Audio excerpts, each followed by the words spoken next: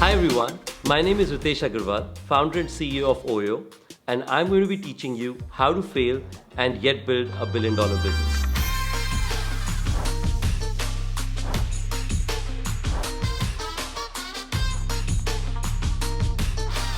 I started OYO 7 years back.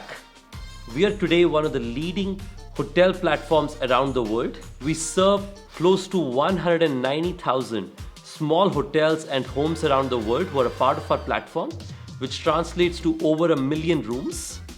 We are among the world's top 3 downloaded consumer apps and continue to be one of the best choices for both consumers to travel and small hotel owners or homeowners to not just survive but thrive in this new world of internet. And Ritesh, how old are you? Nas, I'm 27, getting older by the day, as you know. I'm excited to learn from you. I'm really looking forward to this session as well. Thank you for having me here.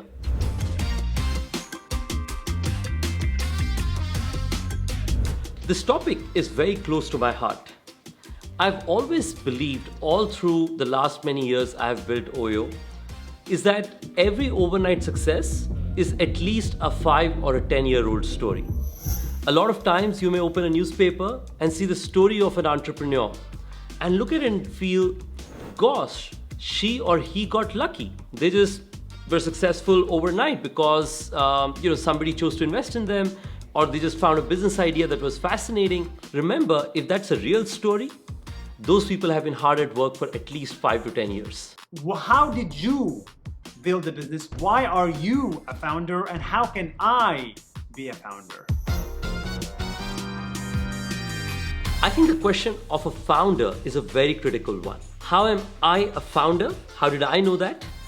How do you know whether you are a founder?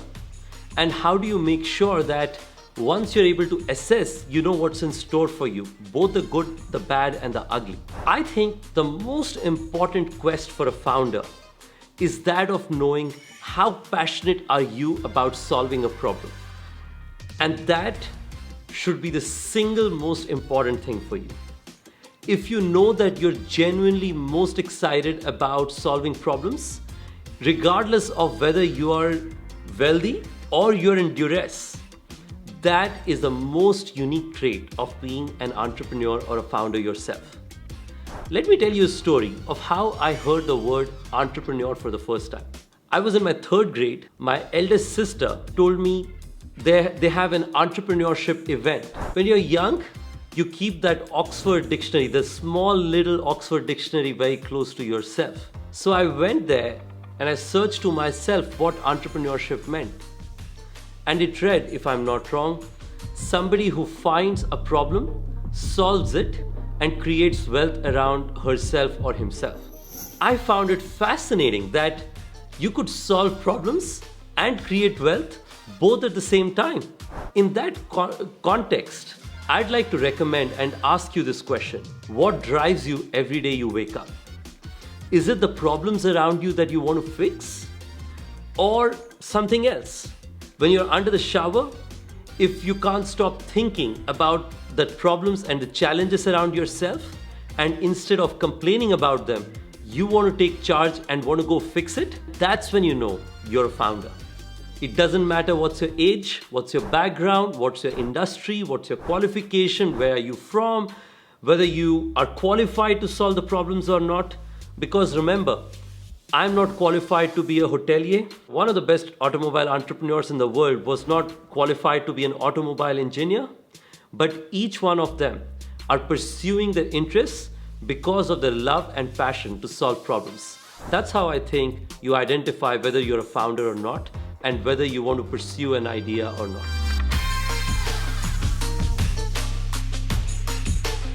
Okay, Ritesh, then what is the first time you were a founder? I used to live in a little town in the southern half of the state called Odisha in India, where I grew up. I saw there was an opportunity or a problem of bringing large-scale telecom access for common people. I was still 13 years old, in probably my 6th or 7th grade. That's when I felt maybe I should become a reseller of telecom SIM cards. That's when I believe I became an entrepreneur or a founder for the first time because I identified the need of people to want to communicate and connect with each other. I knew the way to do that was to find one of the telecom companies and start reselling their SIM cards to people around myself. It was probably the smallest venture I pursued, but that was the first business venture that I pursued, and it was probably the most exciting time for me to be a founder. What I want to leave you with this is that as you pursue new entrepreneurial opportunities, you always start small. And if you feel you have a problem to solve, don't think whether it's too big, too small, too early, too late.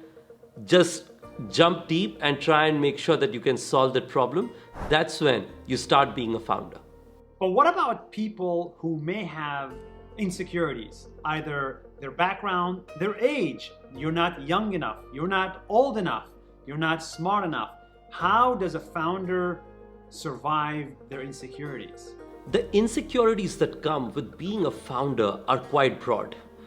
It could be age, it could be your background, it could be the balance in your bank account, it could be the family around yourself who's telling you, are you sure you can make this work? There can be many of these insecurities around yourself. But in these situations, the one thing that matters the most is your belief and conviction in solving the problem that you have. I was always confident that the passion and conviction I had to solve the problem I was starting out with was unparalleled, and nobody else would have the passion or the hunger to solve the problems that I was pursuing, and that is why I was confident.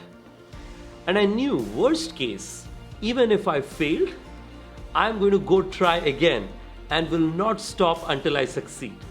That conviction and confidence really made a difference for myself, and I failed. I failed multiple times. Wait, sorry, I have to pop up here. Ritesh, when you started a company, you were very, very young. Does your age work against you or in your favor when you're so young as an entrepreneur? And do you recommend young people to start a company? Remember, there are a lot of stacks that are in your favor and there are bunch that are not in your favor.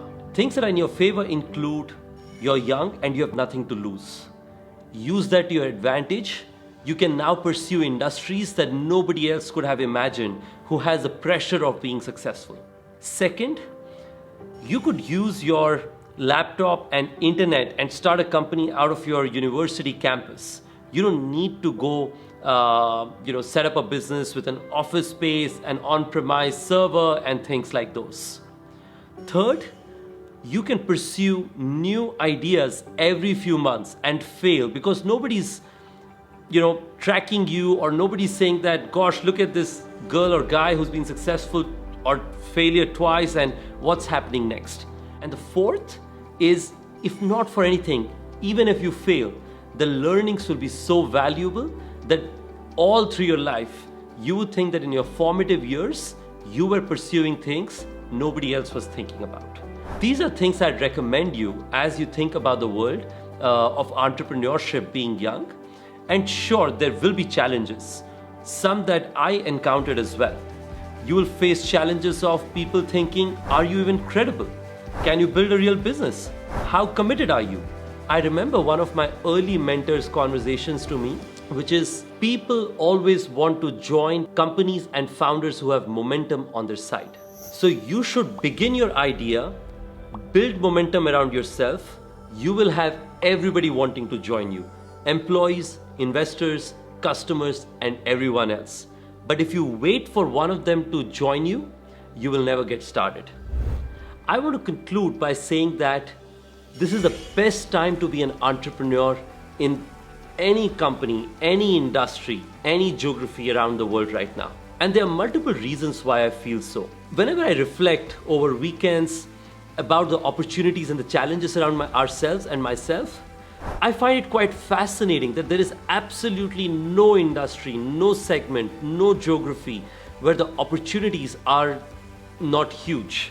This is probably the only time in the last decades where I don't see an industry right from technology, consumer, media, food, grocery, pharmaceutical, energy, automobiles.